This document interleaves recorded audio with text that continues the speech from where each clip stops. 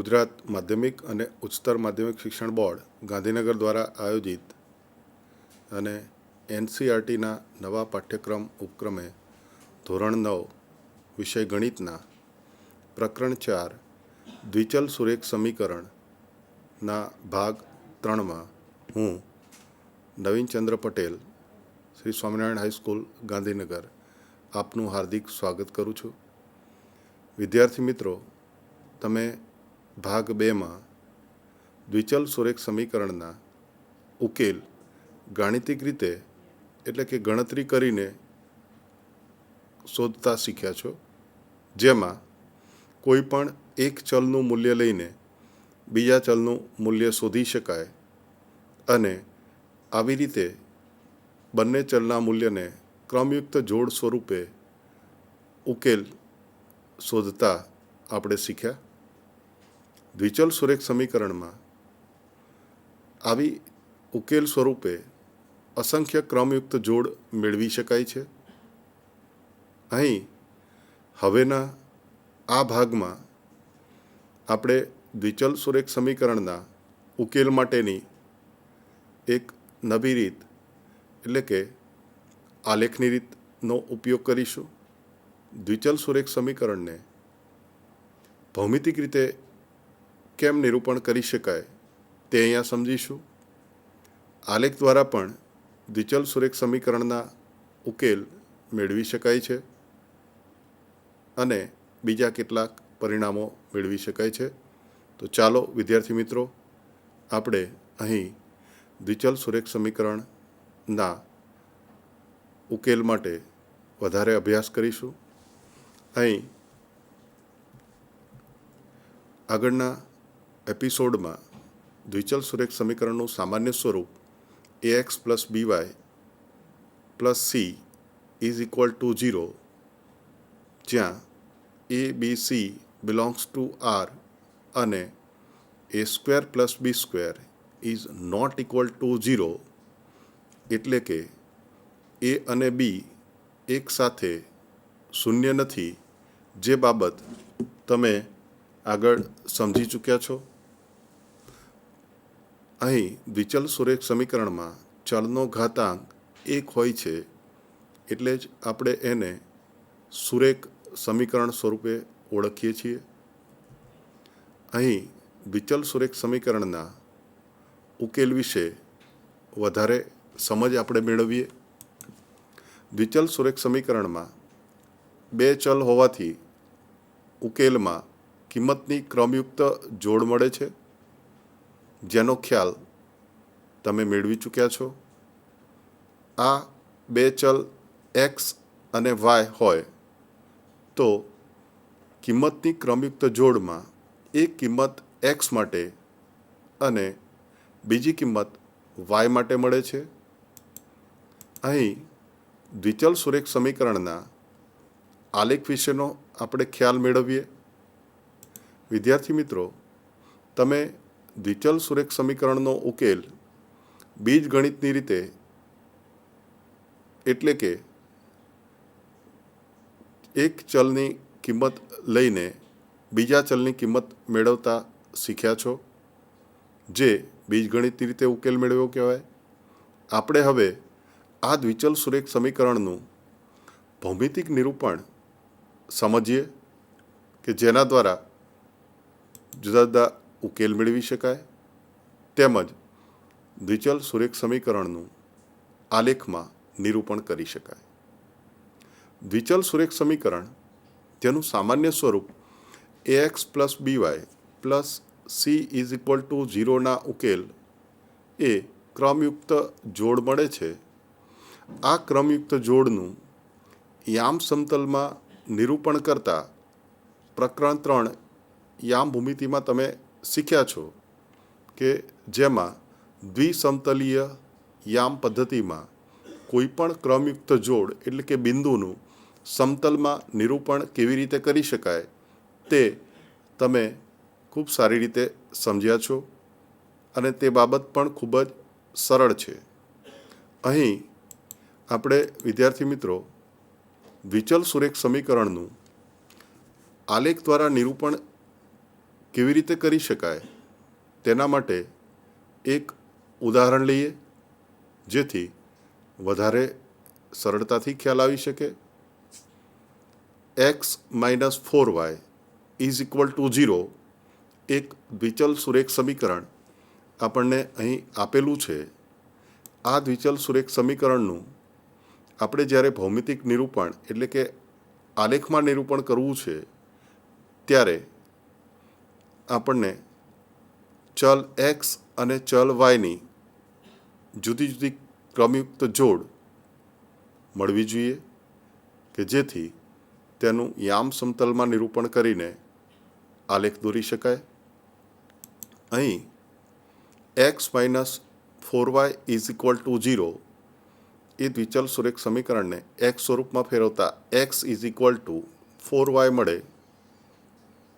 એમાં y = 0 લેતા x = 4 × 0 એટલે 0 મળે. તેવી રીતે y = 1 લેતા x = 4 × 1 = 4 મળે. y = -1 લેતા x = 4 × -1 = -4 મળે. વિદ્યાર્થી મિત્રો, તમે આગળના ભાગમાં આ કિંમતો શોધતા શીખ્યા છો, જેને તમે એક ક્રમયુક્ત જોડ સ્વરૂપે દર્શાવતા. અહીં જ્યારે દ્વિચલ સુરેખ સમીકરણનો આલેખ દોરવાનો હોય છે ત્યારે એને એક કોષ્ટક સ્વરૂપે આપણે દર્શાવીએ છીએ, જેમાં ચલ એક્સને અનુરૂપ ચલ વાયની કિંમત અહીંયા દર્શાવીએ છીએ. જેમાં આપણને y = 0 લેતા એક્સનું મૂલ્ય 0 મળ્યું, એટલે x = 0 અને y = તમને અહીંયા 0 મૂલ્ય મળ્યું છે.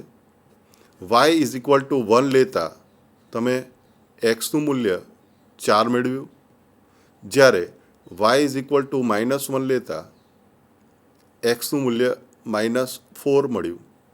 અહીં આ જે કોષ્ટક છે એ પણ એક પ્રકારની ક્રમયુક્ત જોડ બતાવે છે. અહીં જુઓ, પહેલી ક્રમયુક્ત જોડ છે એ 0 0 છે, એટલે એક્સની કિંમત 0 છે, એને અનુરૂપ વાયની કિંમત પણ 0 છે.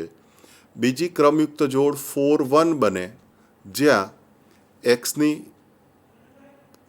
કિંમત 4 અને તેને અનુરૂપ વાયની કિંમત 1 છે. જ્યારે ત્રીજી ક્રમયુક્ત જોડ -4 -1 મળે છે, જે અહીં એક પ્રકારની ક્રમયુક્ત જોડ જ છે, જેને અહીંયા આપણે કોષ્ટક સ્વરૂપે રજૂ કરી છે. હવે આપણે આ કોષ્ટકના આધારે આ દ્વિચલ સુરેખ સમીકરણનું આલેખમાં નિરૂપણ કરીએ અને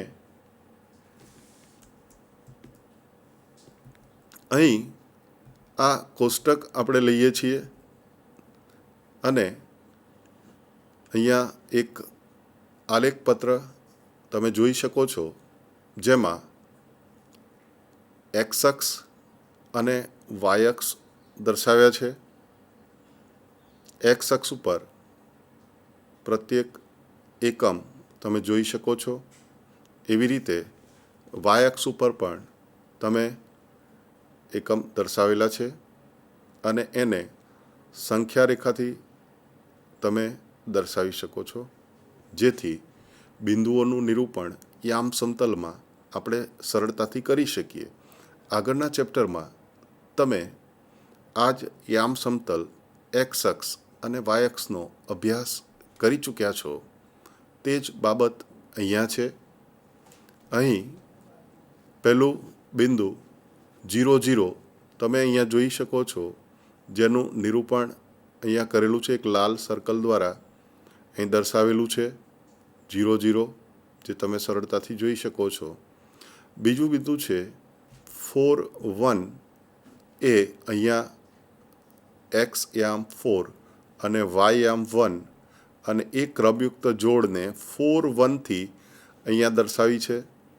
જ્યારે ત્રીજું બિંદુ -4 -1 પણ તમે અહીંયા સરળતાથી જોઈ શકો છો. એક્સ યામ -4 જ્યારે વાય યામ -1 છે, જે તમે અહીંયા બિંદુ સ્વરૂપે જોઈ શકો છો. આ ત્રણ બિંદુઓને જોડતી એક રેખા દોરતા આ રેખા એક સુરેખ મળે છે, જે x-4y = 0નું આલેખમાં નિરૂપણ દર્શાવે છે. વિદ્યાર્થી મિત્રો, અહીં દ્વિસમતલીય યામ પદ્ધતિમાં બિંદુઓનું નિરૂપણ કરતાં તો તમે સરળતાથી શીખેલા છો, સમજેલા છો. આ બિંદુઓ જે મળે છે ક્રમયુક્ત જોડ, એ સુરેખ હોય છે અને આ બિંદુઓને એક જ રેખા પર સમાવી શકાય. એટલે કે બિંદુઓને જોડતી આ રેખા એ આપેલા દ્વિચલ સુરેખ સમીકરણનો નિરૂપણ છે. આ રેખા પર આવતા તમામ બિંદુઓ એ આપેલા દ્વિચલ સુરેખ સમીકરણનો ઉકેલ કહી શકાય. અહીં આ રેખા અનંત સુધી વિસ્તરેલી છે, એટલે આપણે કહી શકીએ કે દ્વિચલ સુરેખ સમીકરણ એ અનંત ઉકેલ ધરાવે છે. અહીં વિદ્યાર્થી મિત્રો, મહાવરા માટે તમને સ્વાધ્યાય આપેલો છે, જેમાં ખૂબ મહાવરો કરવા મળશે અને એમાં દ્વિચલ સુરેખ સમીકરણના આલેખ વિશે ખ્યાલ મેળવી શકીશું. x + y = 4 પહેલું એક દ્વિચલ સુરેખ સમીકરણ આપેલું છે. આ દ્વિચલ સુરેખ સમીકરણનો x સ્વરૂપમાં ફેરવતા x = 4 - y, એમાં yની જુદી જુદી કિંમતો લઈને આપણે xના મૂલ્ય મેળવીએ છીએ. પહેલાં y = 0 લેતા x = 4 - 0 = 4, y = 1 લેતા x = 4 - 1 = 3, y = -1 લેતા x = 4 - -1 એટલે કે 5 મળે. આમ અહીં આ જે ક્રમયુક્ત જોડ મળે છે, જેને આપણે કોષ્ટક સ્વરૂપે દર્શાવીએ તો yનું મૂલ્ય 0 હોય છે ત્યારે xનું મૂલ્ય આપણને 4 મળે છે. જ્યારે yનું મૂલ્ય 1 લઈએ ત્યારે xનું મૂલ્ય 3 મળે છે. એટલે કે ક્રમયુક્ત જોડ 3 1 મળી. જ્યારે yનું મૂલ્ય -1 લઈએ ત્યારે xનું મૂલ્ય 5 મળે છે. એટલે કે એક ક્રમયુક્ત જોડ 5 - 1 મળી. હવે આ કોષ્ટકનો ઉપયોગ કરીને આપણે આપેલ દ્વિચલ સુરેખ સમીકરણનો આલેખ સમજવા પ્રયત્ન કરીએ. અહીં આ કોષ્ટક ફરી આપણે દર્શાવીએ છીએ.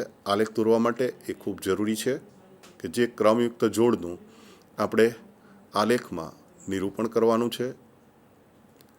આલેખપત્રમાં x અક્ષ અને y અક્ષ તમે અહીંયા જોઈ શકો છો, જેમાં પહેલું બિંદુ છે 4 0 ક્રમયુક્ત જોડ, જેનું નિરૂપણ તમે અહીંયા જોઈ શકો છો. x યામ 4 છે જ્યારે y યામ 0 છે. અહીં વિદ્યાર્થી મિત્રો, ખાસ એ બાબત ધ્યાનમાં લેશો કે જ્યારે ક્રમયુક્ત જોડમાં xનું કોઈ મૂલ્ય આપેલું હોય અને yનું મૂલ્ય 0 હોય ત્યારે તે બિંદુ એ x અક્ષ પરનું બિંદુ બને છે. એટલે અહીં બિંદુ 4 0 એ x અક્ષ પર તમે જોઈ શકો છો. બીજું બિંદુ છે 3 1, જેનો x યામ 3 છે જ્યારે y યામ 1 છે. એનું નિરૂપણ તમે અહીંયા આ યામ સમતલમાં સરળતાથી જોઈ શકો છો. આ ત્રીજું બિંદુ 5 - 1, એનું પણ અહીંયા યામ સમતલમાં નિરૂપણ કર્યું છે, જે અહીં ચોથા ચરણનું બિંદુ છે. આ ત્રણ બિંદુઓને જોડતી એક રેખા જે દોરીએ તે રેખા એ x plus y is equal to 4 દર્શાવે છે. આમ x plus y is equal to 4નું આ ભૌમિતિક નિરૂપણ છે. આ રેખા પર આવતા અન્ય તમામ બિંદુઓ એ આ આપેલા દ્વિચલ સુરેખ સમીકરણનું સમાધાન કરે છે, એટલે કે તેના તે ઉકેલ છે. વિદ્યાર્થી મિત્રો, તમારી એક જાણકારી માટે હું અહીંયા તમને દર્શાવું તો આ રેખા પર અત્યારે જ્યાં મેં લાલ લાઇટથી હું દર્શાવું છું તે બિંદુ એના યામ એક્સ યામ 2 છે અને વાય યામ પણ 2 છે. જો આ કિંમત આપેલા દ્વિચલ સુરેખ સમીકરણમાં મૂકીએ તો એ આ દ્વિચલ સુરેખ સમીકરણનું સમાધાન કરે, એટલે કે આ 2 2 એ આપેલા દ્વિચલ સુરેખ સમીકરણનો ઉકેલ છે. આવા અસંખ્ય બિંદુઓ રેખા પર હોય છે જે આપેલા દ્વિચલ સુરેખ સમીકરણનું સમાધાન કરે છે. બીજો એક દ્વિચલ સુરેખ સમીકરણ આપ્યું છે X minus Y is equal to 2, જેને એક્સ સ્વરૂપમાં દર્શાવતા X is equal to 2 plus Y થશે, જેમાં વાય ઇઝ ઇક્વલ ટુ 0 લેતા x is equal to 2 plus 0 is equal to 2, Y is equal to 1 લેતા x is equal to 2 plus 1 is equal to 3, Y is equal to minus 1 લેતા x is equal to 2 plus minus 1, એટલે કે 2 minus 1 is 1. આમ એને કોષ્ટકમાં દર્શાવતા આ ક્રમયુક્ત જોડમાં જ્યારે વાયનું મૂલ્ય 0 લીધું ત્યારે એક્સનું મૂલ્ય આપણને 2 મળે છે, વાયનું મૂલ્ય 1 લીધું ત્યારે એક્સનું મૂલ્ય 3 મળે છે, વાયનું મૂલ્ય -1 લીધું ત્યારે એક્સનું મૂલ્ય 1 મળે છે. આવી રીતે આપણને 3 ક્રમયુક્ત જોડ મળી. હવે એનું આલેખમાં નિરૂપણ સમજીએ. અહીં ક્રમયુક્ત જોડ ફરીથી દર્શાવીએ છીએ, જેમાં એક્સ અને વાયના મૂલ્યો તમે જોઈ શકો છો. આલેખપત્રમાં એક્સ અક્ષ અને વાય અક્ષ તમે સ્પષ્ટ જોઈ શકો છો, જેમાં આ બિંદુ 2 0નું નિરૂપણ મેં અહીંયા દર્શાવ્યું છે. 2 0 એટલે એક્સ અક્ષ પરનું આ બિંદુ છે. બીજું બિંદુ છે 3 1, જેનો એક્સ યામ 3 અને વાય યામ 1 છે, એવું આ બિંદુ તમે જોઈ શકો છો. ત્રીજું છે 1 -1, આ બિંદુ પણ તમે જોઈ શકો છો. આ ત્રણેય બિંદુઓને જોડતી એક રેખા મળે છે જે x minus Y is equal to 2નું ભૌમિતિક નિરૂપણ દર્શાવે છે. વિદ્યાર્થી મિત્રો, આ રેખા પર પણ અસંખ્ય બિંદુઓ જે મળે તે આપેલા દ્વિચલ સુરેખ સમીકરણનું સમાધાન કરે છે, એટલે કે તે એના ઉકેલ છે. વધારે એક પ્રશ્ન છે y is equal two 3x. અહીં y સ્વરૂપમાં જ આ દ્વિચલ સુરેખ સમીકરણ આપેલું છે. y ઇઝ ઇક્વલ ટુ 3xમાં એક્સના જુદા જુદા મૂલ્યો લઈને વાયના મૂલ્યો મેળવીશું. એક્સ ઇઝ ઇક્વલ ટુ 1 લેતા y is equal to 3 into 1 is equal to 3. X is equal to -1 લેતા y is equal to 3 into -1 is equal to -3. X is equal to 0 લેતા x is equal to 3 into 0 is equal to 0. આમ આ જે ક્રમયુક્ત જોડ મળે છે, જેને એક કોષ્ટક સ્વરૂપે દર્શાવીએ તો એક્સના મૂલ્ય 1 માટે તમને વાયનું મૂલ્ય 3 મળે છે, જ્યારે એક્સના મૂલ્ય -1 માટે વાયનું મૂલ્ય -3, જ્યારે એક્સનું મૂલ્ય 0 લેતા વાયનું મૂલ્ય પણ 0 મળે છે. આવી રીતે આ કોષ્ટકમાં તમને ક્રમયુક્ત જોડ 3 મળે છે, જેને હવે આલેખમાં નિરૂપણ જોઈએ. ફરીથી કોષ્ટક અહીંયા દર્શાવ્યો છે. આલેખપત્રમાં એક્સ અક્ષ અને વાય અક્ષ દર્શાવીશું. અહીં પહેલું બિંદુ છે 1, 3. તમે અહીંયા સ્પષ્ટ જોઈ શકો છો. અહીંયા હું એક્સ આમ 1 અને વાય આમ 3 દર્શાવતું એક બિંદુ જે મેં અહીંયા નિરૂપણ કર્યું છે, જે બિંદુ છે 3, 1. બીજું એક બિંદુનું નિરૂપણ કર્યું છે મેં 0, 0, જે અહીંયા એક્સ અક્ષ અને વાય અક્ષનું છેદ બિંદુ એટલે કે ઉગમ બિંદુ છે, જેના એક્સ યામ એ 0 હોય છે અને વાય યામ પણ 0 છે, જેને આપણે ઉગમ બિંદુ તરીકે ઓળખીએ છીએ. આવા બિંદુનું નિરૂપણ ઉપરાંત ત્રીજું એક બિંદુ -1, -3, જેનો એક્સ યામ -1 અને વાય યામ -3 છે, તેવું બિંદુ -1, -3 તમે અહીંયા જોઈ શકો છો. આ બિંદુઓને જોડતી એક રેખા અહીંયા દર્શાવી છે, જે y 3x આલેખ એટલે કે ભૌમિતિક નિરૂપણ દર્શાવે છે.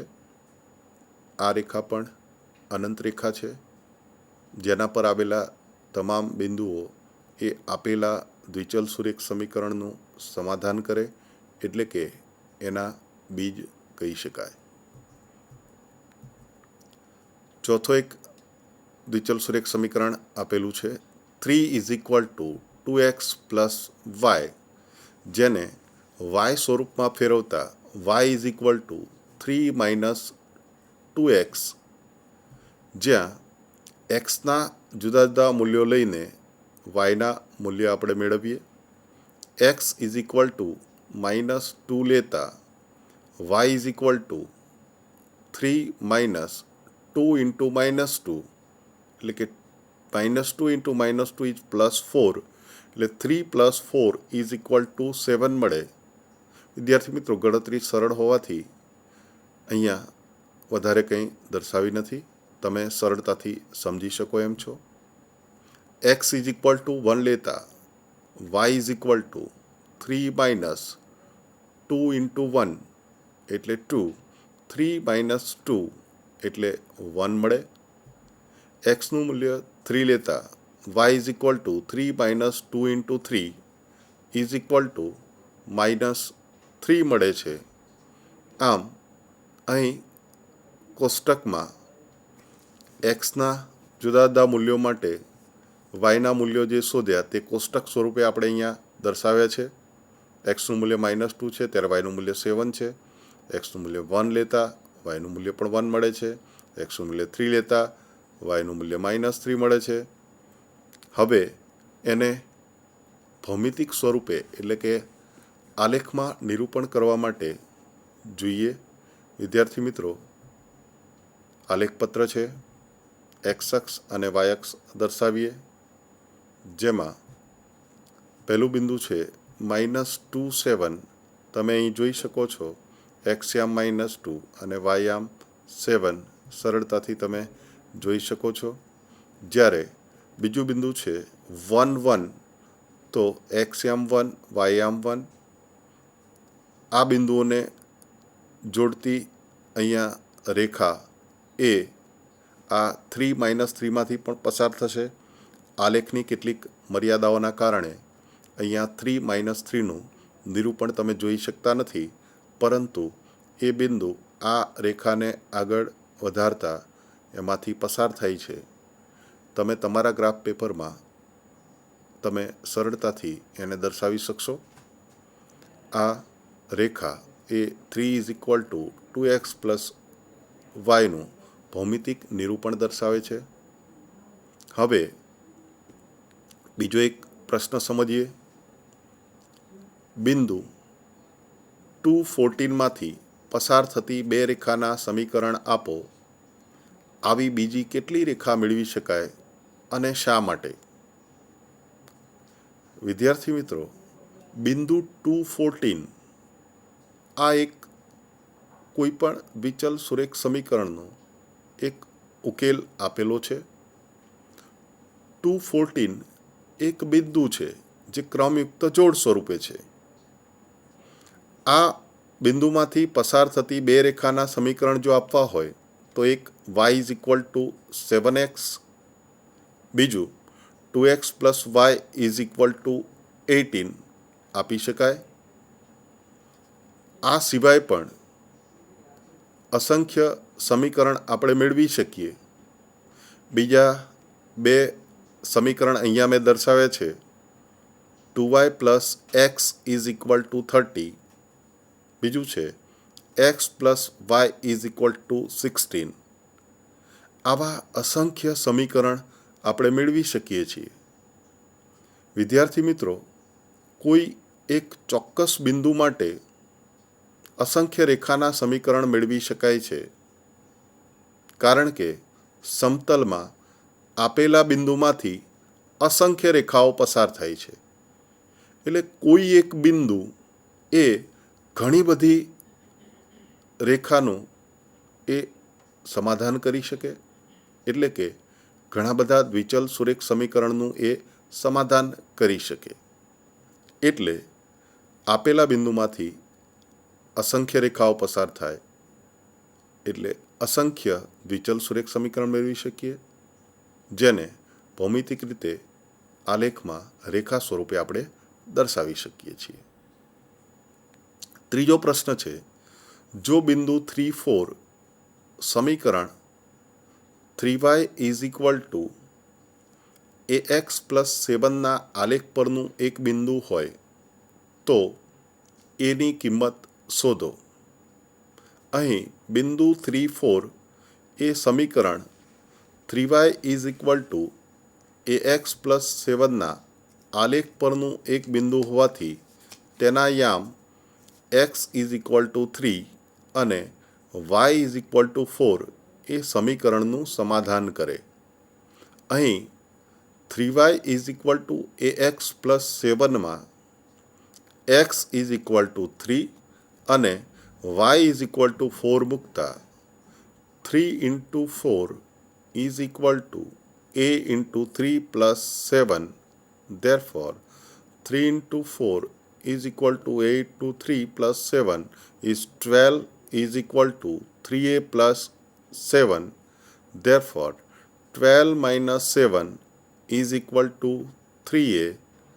Therefore, 5 is equal to 3a. Therefore, 3a is equal to 5. Therefore, a is equal to 5 upon 3. આમ અહીં એનું મૂલ્ય 5/3 આપણને મળે છે. ચોથા નંબરનો એક દાખલો છે, ફૂટ પ્રશ્ન સ્વરૂપે પૂછ્યો છે, જે એક વ્યવહારિક પ્રશ્ન છે. વિદ્યાર્થી મિત્રો, સમજવા જેવો છે. એક શહેરમાં ટેક્સી ભાડું આ પ્રમાણે છે. પ્રથમ કિલોમીટર માટે ₹8 અને ત્યારબાદના દરેક કિલોમીટર માટે ભાડું ₹5 પ્રતિ કિલોમીટર છે. કાપેલ અંતર x કિલોમીટર અને કુલ ભાડું y લઈ આ માહિતી માટે દ્વિચલ સુરેખ સમીકરણ લખો અને તેનો આલેખ દોરો. અહીં ટેક્સીના ભાડા વિશેની વાત છે.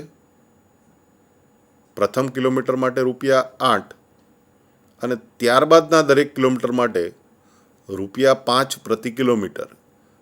વિદ્યાર્થી મિત્રો, હું એક એની જો સામાન્ય સમજ આપું, ધારો કે તમે આ ટેક્સીમાં બેઠા છો અને તમે માત્ર 2 કિલોમીટર મુસાફરી કરી, તો પ્રથમ કિલોમીટર માટે તમારે ₹8 એટલે 1 કિલોમીટરના ₹8 આપવાના થશે.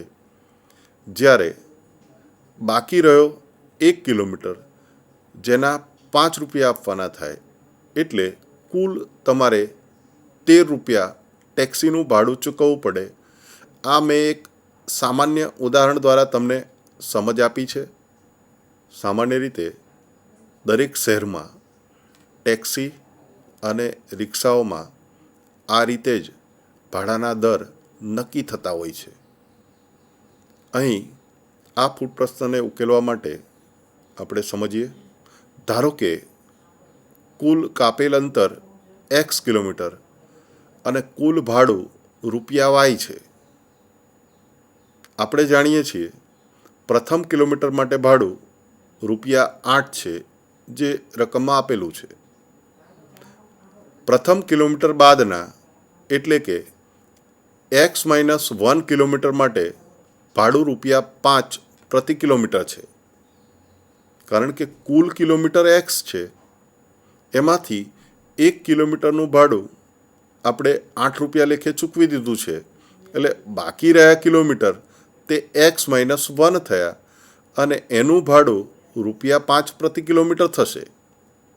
હવે આ ટેક્સીનું કુલ ભાડું એ પ્રથમ કિલોમીટરના રૂપિયા 8 અને બાકીના કિલોમીટર એટલે કે x-1 કિલોમીટરના રૂપિયા 5 પ્રતિ કિલોમીટર લેખે કુલ ભાડું રૂપિયા 8 વત્તા 5 કૌંસમાં x-1 થશે, જે કુલ રૂપિયા y છે.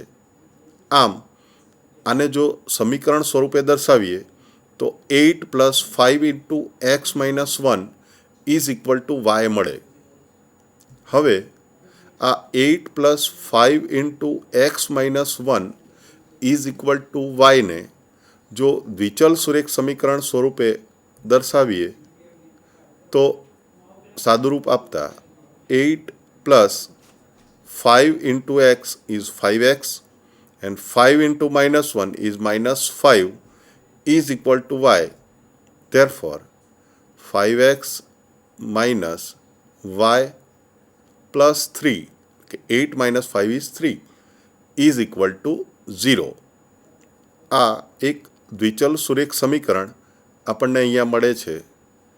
આ સમીકરણનો આલેખ દોરવા માટે આપણે સમીકરણને x સ્વરૂપ કે y સ્વરૂપમાં દર્શાવીએ કે જેથી જો y સ્વરૂપમાં દર્શાવીએ તો ચલ xની કિંમત મૂકીને ચલ yની કિંમત મેળવી શકાય, અને જો x સ્વરૂપમાં દર્શાવીએ તો ચલ yની જુદી જુદી કિંમતો મૂકીને તેને અનુરૂપ ચલ xની કિંમતો મેળવી શકાય.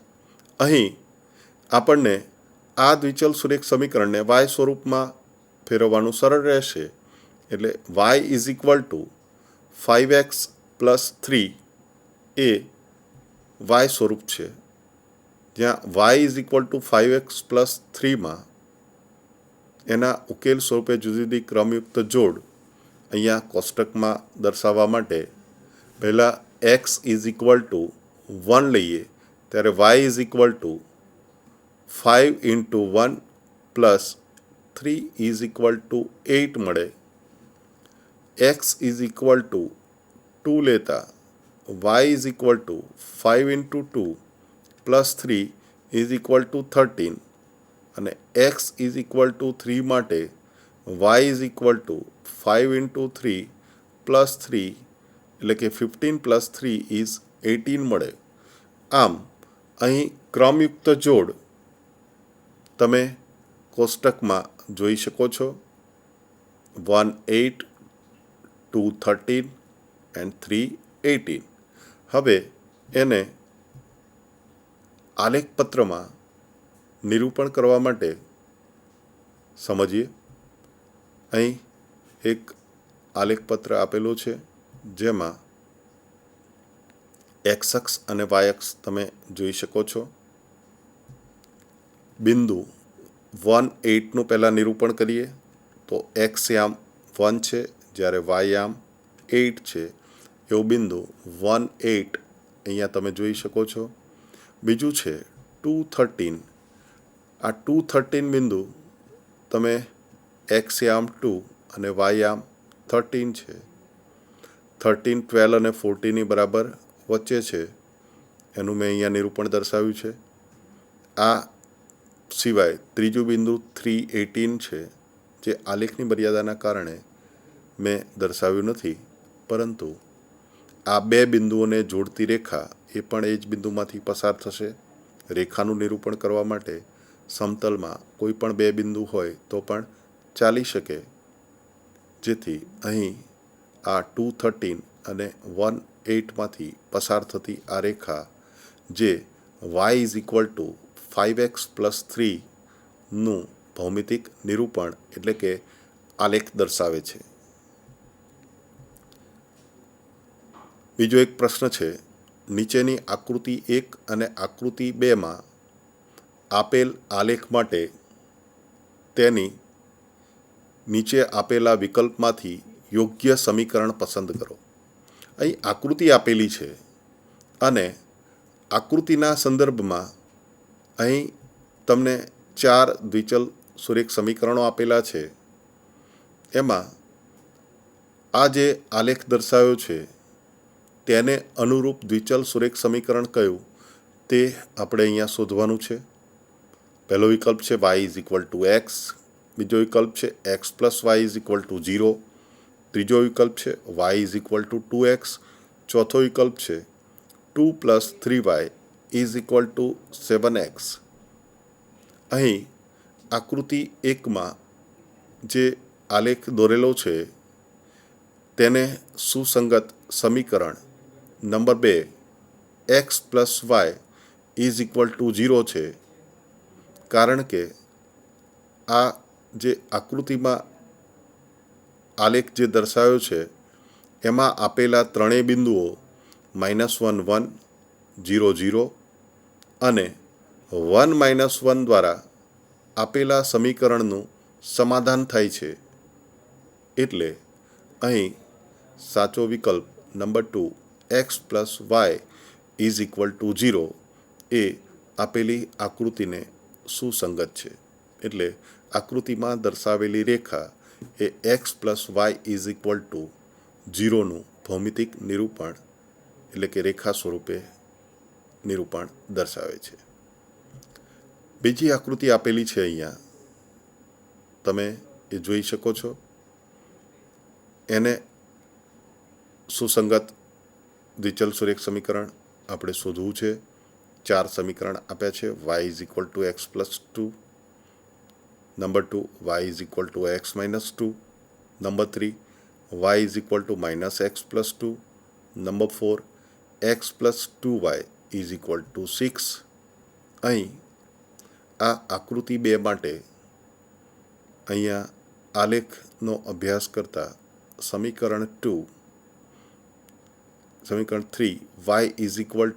y=-x+2 એ યોગ્ય સમીકરણ છે.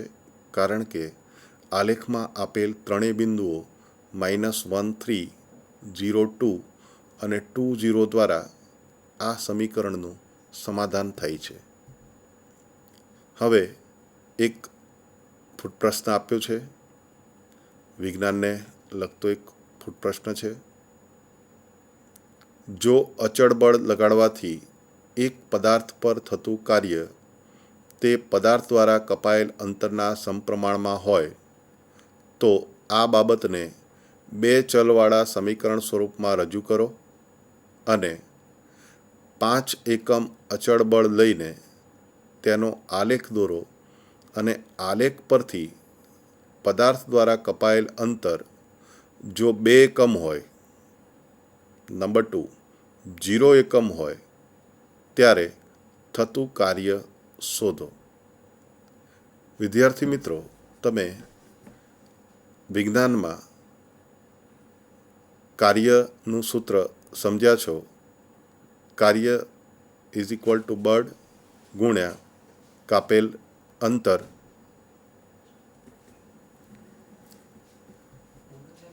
ધારો કે કાર્ય y અને કાપેલ અંતર x અને અચળ બળ 5 એકમ છે ત્યારે આ કાર્ય y કાપેલ અંતર x વચ્ચેનો સંબંધ y=5x દ્વારા દર્શાવી શકાય, જે એક દ્વિચલ સુરેખ સમીકરણ છે. y=5xનો આલેખ દોરવા જુદા જુદા ઉકેલ શોધીએ. x=1 માટે y is equal to 5 into 1 is equal to 5, x is equal to 3 માટે y is equal to 5 into 3 is equal to 15, x is equal to 4 માટે y is equal to 5 into 4 is equal to 20. આમ આ જે ક્રમયુક્ત જોડ મળે છે જેને કોષ્ટક સ્વરૂપે દર્શાવતા તમે અહીં જોઈ શકો છો, એક્સનું મૂલ્ય 1 લેતા વાયનું મૂલ્ય 5 મળે છે, એક્સનું મૂલ્ય 3 લેતા વાયનું મૂલ્ય 15, એક્સનું મૂલ્ય 4 લેતા વાયનું મૂલ્ય 20 મળે છે. હવે એને આલેખ સ્વરૂપે નિરૂપણ કરવા માટે અહીંયા આલેખપત્ર લઈશું, જેમાં એક્સ અક્ષ અને વાય અક્ષ જોઈ શકો છો. બિંદુ 1, 5 અહીંયા યામ સમતલમાં મેં નિરૂપણ કર્યું છે, તમે જોઈ શકો છો. બીજું બિંદુ છે 3, 15, એ પણ તમે અહીંયા સરળતાથી જોઈ શકો છો. ચોથું બિંદુ છે 4, 20. આમ આ 3 બિંદુઓનું આ યામ સમતલમાં નિરૂપણ કર્યું છે. એને જોડતી એક રેખા જે y ઇઝ ઇક્વલ ટુ 5xનું ભૌમિતિક નિરૂપણ એટલે કે રેખિક સ્વરૂપ છે. અહીં આપણને પ્રશ્ન પૂછવામાં આવ્યો હતો કે સ્થાનાંતર 2 એકમ હોય ત્યારે કાર્ય કેટલું થાય, તો અહીંયા રેખા પર એક્સ યામ 2ને સંબંધિત વાય અક્ષ ઉપર બિંદુ 10 મળે છે. એટલે આ બિંદુ છે 2, 10.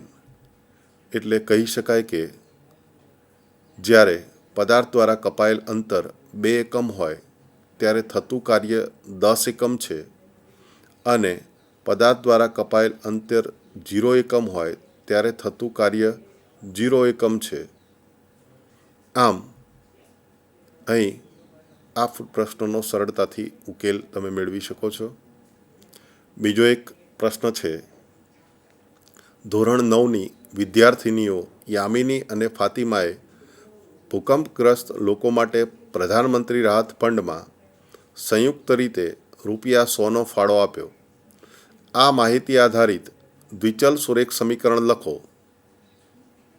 તમે તેમના ફાળાની રકમ ₹X અને ₹Y લઈ શકો છો. આ સમીકરણ આધારિત આલેખ દોરો. અહીં યામિની દ્વારા અપાયેલો ફાળો ₹X અને ફાતિમાએ આપેલ ફાળો ₹Y છે, ત્યારે આ દ્વિચલ સુરેખ સમીકરણ x plus y is equal to 100 મળે છે. અહીં આ x plus y is equal to 100નું આલેખમાં નિરૂપણ કરવા માટે આપણે જુદી જુદી ક્રમયુક્ત જોડ મેળવીએ. સમીકરણને y સ્વરૂપમાં દર્શાવતા y is equal to 100 minus x, જેમાં x ઇઝ ઇક્વલ ટુ 0 લેતા y is equal to 100 minus 0 is 100, x is equal two 50 લેતા y is equal to 100 minus 50 એટલે 50, અને x ઇઝ ઇક્વલ ટુ 100 માટે y is equal to 100 minus 100 is 0. અહીં કોષ્ટકમાં આ ક્રમયુક્ત જોડ તમને દર્શાવી છે, જે તમે આલેખમાં સરળતાથી નિરૂપણ કરી શકશો. હવે આલેખ સમજવા પ્રયત્ન કરીએ. વિદ્યાર્થી મિત્રો, અહીં આલેખમાં એક્સ અક્ષ અને વાય અક્ષ તમે જોઈ શકો છો. એક્સ અક્ષ અને વાય અક્ષ ઉપર 1 એકમ બરાબર 10 એકમ મેં લીધા છે. અહીં પહેલું બિંદુ છે 0, 100, જે તમે અહીંયા આમે હાઇલાઇટ કરીને દર્શાવ્યું છે.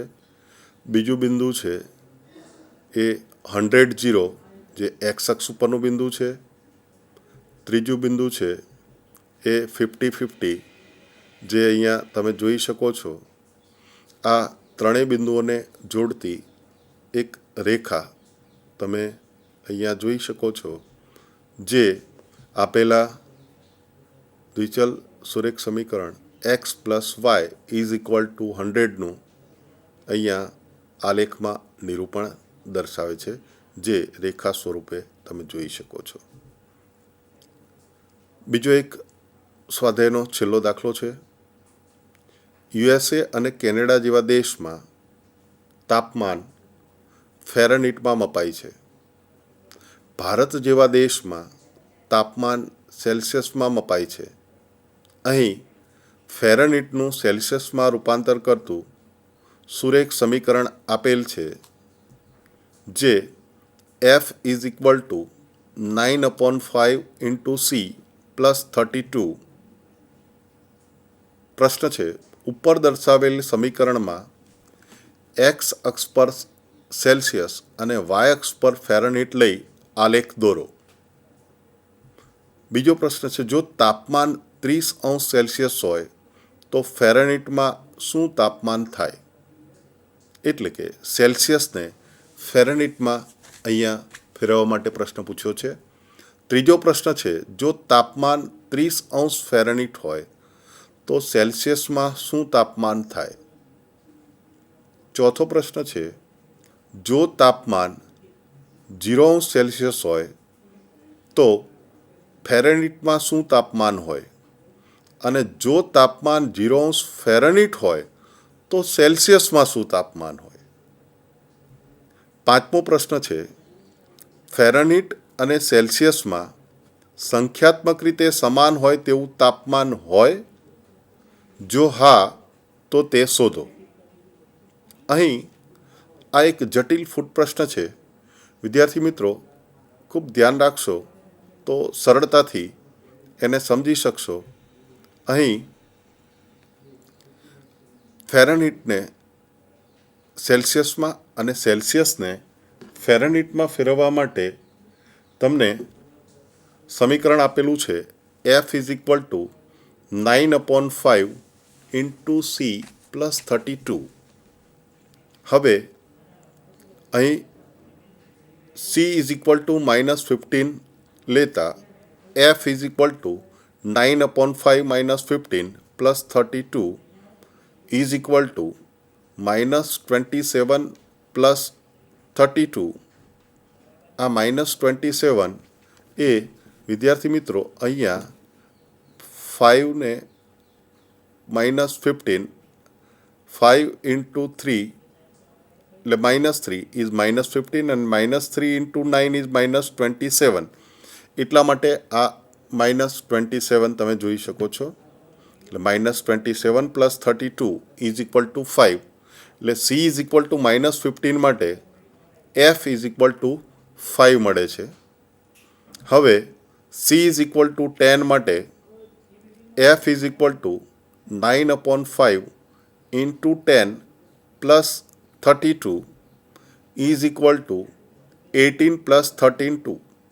આ 18 5 into 2 is 10 and 9 into 2 is 18.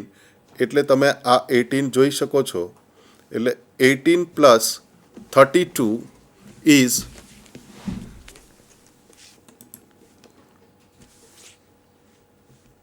50. ત્રીજું મૂલ્ય મેળવીએ. C ઇઝ ઇક્વલ ટુ 60 માટે F is equal two 9/5 into 60 plus 32 is equal two 108 plus 32 is equal two 140. અહીં કોષ્ટક સ્વરૂપે આ મૂલ્યોને દર્શાવતા તમે કોષ્ટક જોઈ શકો છો. એક્સનું મૂલ્ય -15 ત્યારે વાયનું મૂલ્ય 5 છે. એક્સનું મૂલ્ય 10 ત્યારે વાયનું મૂલ્ય 50. એક્સનું મૂલ્ય 60 છે ત્યારે વાયનું મૂલ્ય 140 છે. હવે એને આલેખ સ્વરૂપે દર્શાવવા માટે અહીં એક આલેખપત્ર લીધું છે. એમાં તમે એક્સ અક્ષ અને વાય અક્ષ જોઈ શકો છો, જેમાં પહેલું બિંદુ -15.5, બીજું 10.50, ત્રીજું 61.40 અહીં જોઈ શકો છો, જેને જોડતી રેખા જે F = 9/5 × C + 32 દર્શાવે છે. અહીં આ આલેખ પરથી તમે જોઈ શકો છો, અગાઉ આપણને પ્રશ્ન પૂછેલો કે 30°C માટે ફેરનહીટમાં તાપમાન કેટલું થાય, તો આલેખ પરથી તમે જોઈ શકો છો કે 30°C માટે ફેરનહીટમાં 86 ફેરનહીટ તાપમાન બતાવે છે. જ્યારે બીજો એક પ્રશ્ન પણ હતો કે કયા તાપમાને ફેરનહીટ અને સેલ્સિયસ બંને સરખા થઈ શકે, તો અહીંયા તમે એ જોઈ શકો છો -40°C અને -40 ફેરનહીટ બંને સમાન દર્શાવે છે. અહીં આલેખ પરથી જોતા તમે આ 30°C માટે 86 ફેરનહીટ અને તે સૂત્રની મદદથી પણ ગણતરી દ્વારા તમે શોધી શકો. C = 30 લેતા ફેરનહીટમાં તે 86 ફેરનહીટ બને છે. હવે જ્યારે તાપમાન 0°C હોય ત્યારે આલેખમાં તમે જોઈ શકો છો કે ફેરનહીટમાં 32 મળે. એને જો સૂત્રમાં કિંમત મૂકીને ગણતરી કરતા C = 0 લેતા ફેરનહીટ 32 મળે. આમ જ્યારે તાપમાન 0° ફેરનહીટ હોય છે ત્યારે સેલ્સિયસમાં તે -18 લગભગ એ મૂલ્ય મળે છે. અને સૂત્ર પરથી પણ તમે એ સરળતાથી ગણતરી કરી શકો છો કે F = 0 લેતા C = -18 મળે. સંખ્યાત્મક રીતે ફેરનહીટ અને સેલ્સિયસ બંને સમાન થાય તેવું એક તાપમાન એ -40 છે. એટલે -40°C = -40° ફેરનહીટ, જેને સૂત્રમાં F = C મૂકીને તમે સરળતાથી ગણતરી દ્વારા દર્શાવી શકો છો. હવે વિદ્યાર્થી મિત્રો, એક્સ અક્ષ અને વાય અક્ષને સમાંતર રેખાના કેટલાક સમીકરણો વિશેનો ખ્યાલ મેળવીએ. એક ચલ સમીકરણ ax + b = 0માં માત્ર એક જ ચલ હોય છે, જેના ઉકેલ એ સંખ્યા રેખા પર તમે દર્શાવતા શીખ્યા છો. કોઈપણ વાસ્તવિક સંખ્યા n માટે ક્રમયુક્ત જોડ n0 એ કાર્ટેશિય સમતલમાં x અક્ષ પર હોય, કારણ કે x અક્ષ પરના દરેક બિંદુનો y-યામ 0 હોય, એટલે કે x અક્ષ પરના દરેક બિંદુ x0 સ્વરૂપે હોય. તેવી જ રીતે જ્યારે બિંદુનો x-યામ 0 હોય અને y-યામ આપેલો હોય, ત્યારે એ બિંદુ y અક્ષ પરનું હોય. એટલે બિંદુનો x-યામ 0 હોય ત્યારે દરેક બિંદુ એ y અક્ષ પર હોય અને એ બિંદુનું સ્વરૂપ 0y હોય છે. હવે અહીં એક ચલ સમીકરણ ax + b = 0, જેમાં એક ચલ હોય છે જેને કાર્ટેશિય સમતલમાં પણ સરળતાથી દર્શાવી શકાય એવું એક ઉદાહરણ દ્વારા સમજીએ. x + 4 = 0, એટલે x = -4 એને સંખ્યા રેખા પર દર્શાવતા તમે આગળના ભાગમાં શીખ્યા છો. અહીં તમે જોઈ શકો છો x = -4 સંખ્યા રેખા પર છે. હવે તમે આ x = -4 ને જો આલેખમાં નિરૂપણ કરવું હોય, એટલે કે દ્વિચલ સુરેખ સમીકરણ સ્વરૂપે નિરૂપણ કરવું હોય, તો અહીં ચલ yનું કોઈ મૂલ્ય નથી. એટલે ચલ yના કોઈ પણ મૂલ્ય માટે xનું મૂલ્ય એ -4 જ રહેશે. ત્યારે આલેખ પત્રમાં તમે અહીં આ ચલ xનું મૂલ્ય -4 એ ચલ yના જુદા જુદા મૂલ્યો માટે નિશ્ચિત છે, ત્યારે એને એક રેખા સ્વરૂપે દર્શાવી શકો છો, જે રેખા એ y અક્ષને સમાંતર છે. આમ x + 4 = 0 ની રેખા એ વાય અક્ષને એક સમાંતર રેખા મળે છે.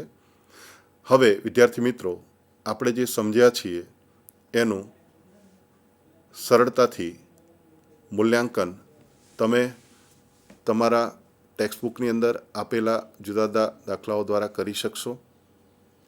વિદ્યાર્થી મિત્રો, હું એવું ચોક્કસપણે માનું છું કે દ્વિચલ સુરેખ સમીકરણના ઉકેલ માટેની જુદી જુદી રીતો આપણે જે અહીંયા સમજ્યા એ તમે ખૂબ સરળતાથી સમજ્યા હશો અને આગળના અભ્યાસમાં એ તમને વધુ મદદરૂપ થશે તેવી અભ્યર્થના સહ. Thank you.